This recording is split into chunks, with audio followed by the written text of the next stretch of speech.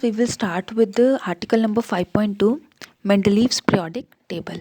अब देखिए न्यूलैंड में कुछ हमें लिमिटेशंस मिली। न्यूलैंड में लिमिटेशन मिलने के बाद बहुत सारे साइंटिस्ट आए जिन्होंने अब पैटर्न बनाना शुरू कर दिए कि पीरियोडिक टेबल आखिर फॉर्म कैसे किया जाए, कौन से एलिमेंट को किस प्लेस पे रखा जाए, किसको पहले रखा जाए, किसको बाद में रखा जाए। तो इस पर ना काफ़ी ज़्यादा स्टडी होना शुरू हो गई। तो अब आते हैं हमारे मेंडलीव और हम चलेंगे पेज नंबर 82 पे। बच्चों मेंडलीव पीरियोडिक टेबल में सबसे पहले हम इनका पूरा नाम देख लेते हैं। डिमिट्री इनोविच एंड मेंडलीव, जो कि रशियन साइंटिस्ट थे और इन्होंने बहुत इम्पॉर्टेंट वो कंट्रीब्यूशन दिया पीरियोडिक टेबल के लिए। सेम इनका लॉ भी किस पे बेस था, इनका भी जो क्लासीफाई इन्होंने करना शुरू करा वो बेस किस पे था कि जो एलिमेंट्स होते हैं उनकी फंडामेंटल प्रॉपर्टी क्या है, एटॉमिक मासेस। एलिमेंट्स को अगर हम एटॉमिक मासेस के हिसाब से क्लासीफाई अच्छे से कर पाते हैं, इनका भी यही मानना था। क्लियर। अब हम चलते हैं यहाँ पर। जब मेंडलीव ने अपनी स्टडी स्टार्ट करी तब तक 63 एलिमेंट्स आ चुके थे। देखिए डबर्नियर ने 9 करे थे और डबर्नियर के बाद कौन आया, न्यूलैंड। यस, न्यूलैंड ने 59 एलिमेंट्स को क्लासिफाई किया। और जब मेंडलीव आए, मेंडलीव के समय में 63 एलिमेंट्स जो थे वो नोन हो चुके थे उस टाइम पे। तो मेंडलीव ने क्या किया, मेंडलीव ने रिलेशनशिप को फाइंड करना शुरू करा कि क्या रिलेशनशिप है किसी भी एलिमेंट के एटॉमिक मास में और उसकी फिजिकल और केमिकल प्रॉपर्टीज़ पे क्या फ़र्क पड़ता है एटॉमिक मास के। तो उसने इसके बारे में स्टडी किया।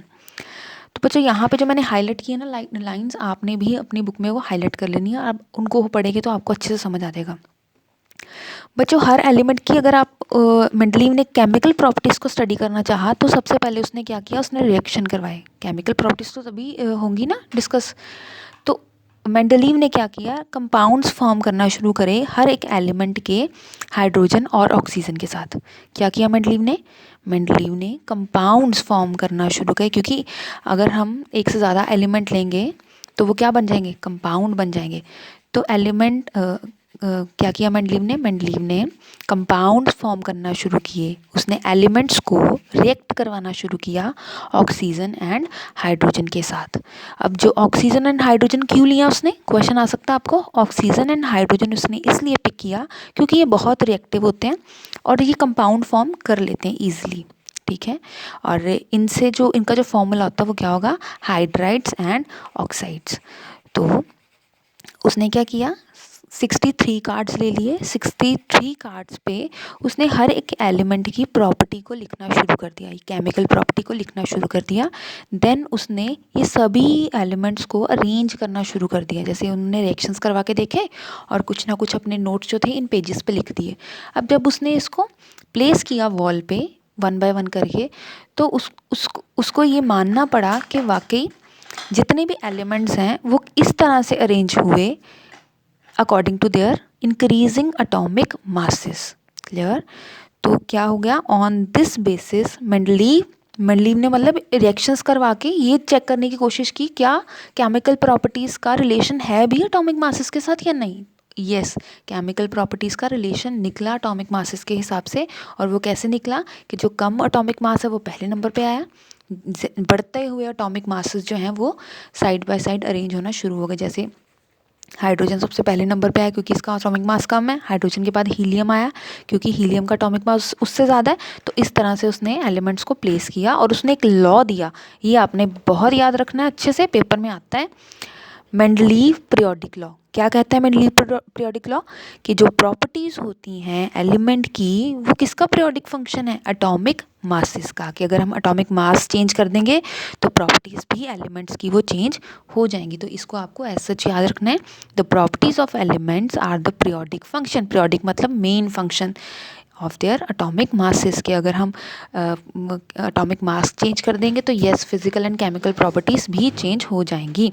और दो बातें जो मेंडलीव ने आपको इस यहाँ पे पॉइंट पे याद रखनी है कि जो उसने अपना टेबल बनाया, उस टेबल में जो वर्टिकल कॉलम्स, वर्टिकल क्या होते हैं इस तरह से, वर्टिकल कॉलम्स को उसने नाम दे दिया groups and horizontal rows, horizontal इस तरह से इनको क्या दे दिया नाम, पीरियड्स। ठीक है। अब हम इसका टेबल देख लेते हैं।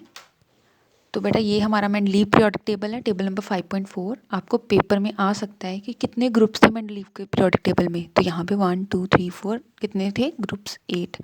आपको पूछ सकते हैं कितने पीरियड्स थे, तो कितने पीरियड्स थे, 1 से लेकर 6 पीरियड्स थे।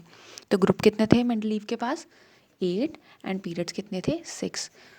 ठीक है, क्योंकि आपको पता है ना सिलेबस शॉर्ट हो चुका है, तो आप जो भी चैप्टर कर रहे हैं आप उसको अच्छे से करिए ताकि कहीं से भी आपको क्वेश्चन आ जाए और आप पजल ना हो पेपर में। तो ये था हमारे पास मेंडलीव का पीरियोडिक टेबल। इस पीरियोडिक टेबल में जितने एलिमेंट्स हैं वो आपको याद रखने की ज़रूरत नहीं है। क्लियर?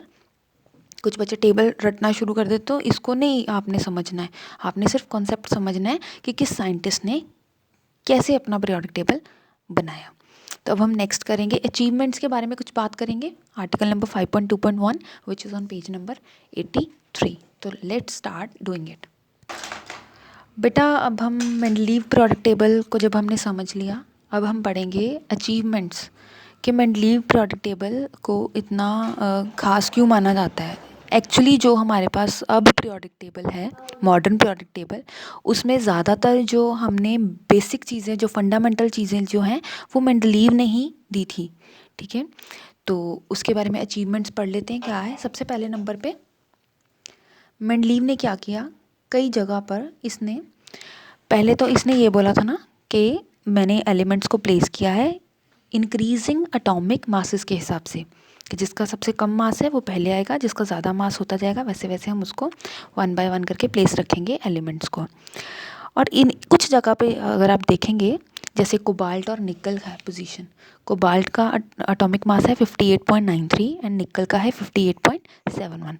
तो लॉ के हिसाब से तो निकल पहले आना चाहिए था ना और कोबाल्ट बाद में आना चाहिए था, लेकिन ऐसा नहीं हुआ। इसका रीज़न उसने पहले बता दिया। ठीक है, उसने इसका ये रीज़न दिया कि इस तरह से मैंने इसको इसलिए प्लेस किया हुआ है क्योंकि ग्रुप में जो प्रॉपर्टीज़ हैं कोबाल्ट की इन दोनों से मैच कर रही हैं। ठीक है, इसलिए उसने जो है जी सीक्वेंस को इन्वर्ट करा है, so that to make the similar properties of the group, ताकि जो ग्रुप में जो प्रॉपर्टीज़ हैं वो मैच कर जाए। तो ये तो थी उसकी first achievement. And second number पे उसने क्या किया, मेंडलीव ने कुछ गैप्स लेफ्ट कर दिए। अगर आप देखेंगे यहाँ पे आपको पता लगेगा कुछ गैप्स उसने छोड़े हुए हैं, जैसे यहाँ पे स्पेस है। तो उसने ये कहा कि ज़रूरी नहीं है कि हमारे पास अगर 63 एलिमेंट्स हैं इससे ज़्यादा डिस्कवर नहीं होंगे। उसने बोला कि आने वाले एलिमेंट्स जिनकी अभी तक डिस्कवरी भी नहीं हुई है उनके लिए मैंने ये गैप्स को लेफ्ट किया है। नेक्स्ट जो बहुत इम्पॉर्टेंट बात है मेंडलीव पीरियोडिक टेबल में, जो उसकी अचीवमेंट में हम काउंट करते हैं, कि जिन जगह पे उसने स्पेसेस छोड़ा था ना, गैप्स को छोड़ा था, उसने कहा कि इन गैप्स के नाम भी उसने रख दिए थे। ठीक है, जैसे आप यहाँ पे पढ़ पाएंगे, ए का aluminium, we have to go to the next page for this here. आप देखेंगे कि उसने गैप्स के नाम रख दिए, जैसे ए का बोरोन, ए का एल्यूमिनियम, ए का सिलिकॉन। उसने नाम भी पहले मेंशन कर दिए उसके अकॉर्डिंग। ए का बोरोन मीन्स कि अगर मैंने यहाँ पे गैप कोई छोड़ा है, लेफ्ट करा है गैप, तो इसमें जो एलिमेंट आएगा उसकी प्रॉपर्टीज़ बोरोन से मैच करेंगी। सेकंड नंबर पे जो उसने गैप लेफ्ट करा, उसका उस गैप का नाम, उस खाली स्पेस का नाम उसने क्या रख दिया, ए का एल्यूमिनियम। मीन्स कि यहाँ पे जो न्यू एलिमेंट आएगा जिसका नाम ये तो पता ही है कि एल्यूमिनियम नहीं होने वाला, लेकिन उसने सफिक्स लगा दिया ना, कुछ एडिशन कर दिया कि ए का एल्यूमिनियम मीन्स एक एलिमेंट ऐसा आएगा जिसकी प्रॉपर्टीज़ किससे मैच करेंगी, एल्यूमिनियम से। और इसी तरह से जो थर्ड नंबर पे खाली स्पेस था, खाली गैप था, उस पर उसने नाम लिख दिया ए का सिलिकॉन। मीन्स कि अगर ये गैप है मेरे पास, सिलिकॉन मीन्स कि यहाँ पे जो एलिमेंट आएगा उसकी प्रॉपर्टीज सिलिकॉन से मैच करेंगी। तो आगे जाके जब हमारे पास एलिमेंट्स डिस्कवर हुए तो येस, जो ए का बोरोन था वो स्कैंडियम था, जो ए का एल्यूमिनियम था वो क्या था, गैलियम था, और जो ए का सिलिकॉन था उस स्पेस में कौन सा एलिमेंट आया, जर्मेनियम। तो इसी तरह से यहाँ पे हम कंपैरिजन करेंगे, ये एक का एल्यूमिनियम जो मेंडलीव ने बोला था, ये उसका एटॉमिक मास है, उसका ऑक्साइड का फॉर्मूला है और उसका क्लोराइड के साथ रिएक्शन का फॉर्मूला है।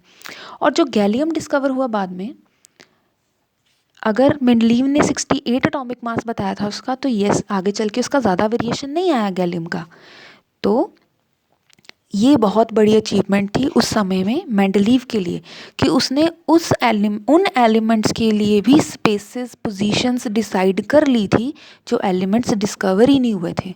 जैसे अब लास्ट में ये देखिए, उसने कुछ गैप्स छोड़े, जैसे अगर आप उसका टेबल देखें ना अच्छे से, ये देखिए यहाँ पे उसने कुछ गैप्स छोड़े।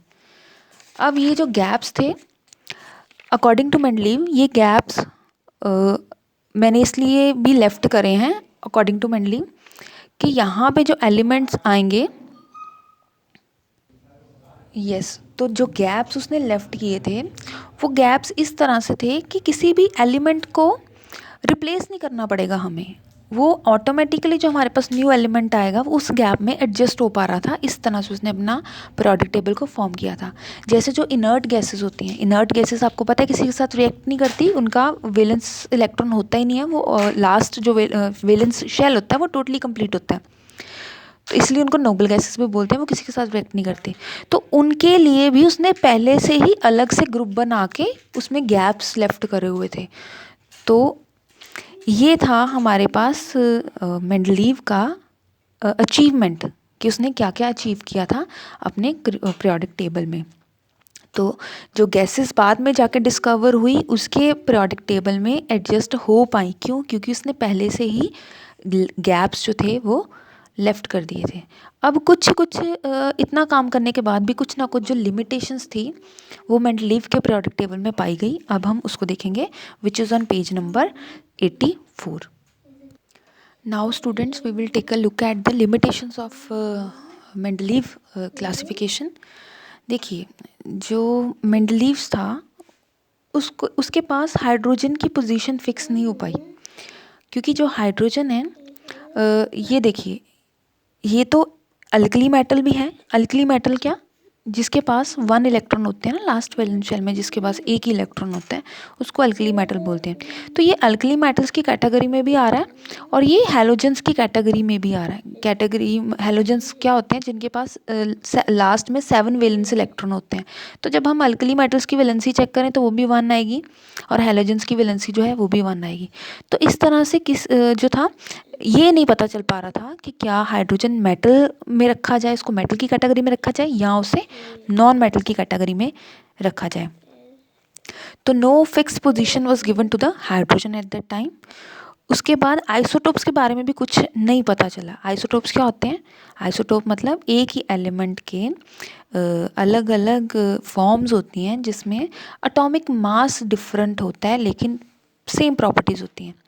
जैसे हमारे पास कार्बन है, कार्बन के आइसोटोप्स होते हैं।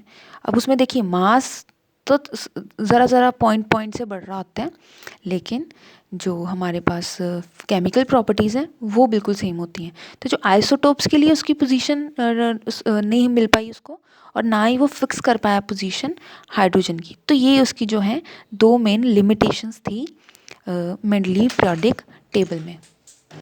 और जो 3rd नंबर पे है हमें लिमिटेशन मिलेगा वो मिलेगा पेज नंबर 85 पे। यहाँ पर फर्स्ट था हाइड्रोजन की प्रॉपर्टी नहीं कर पाया, वो एक्यूरेट पोजीशन नहीं दे पाए हाइड्रोजन को।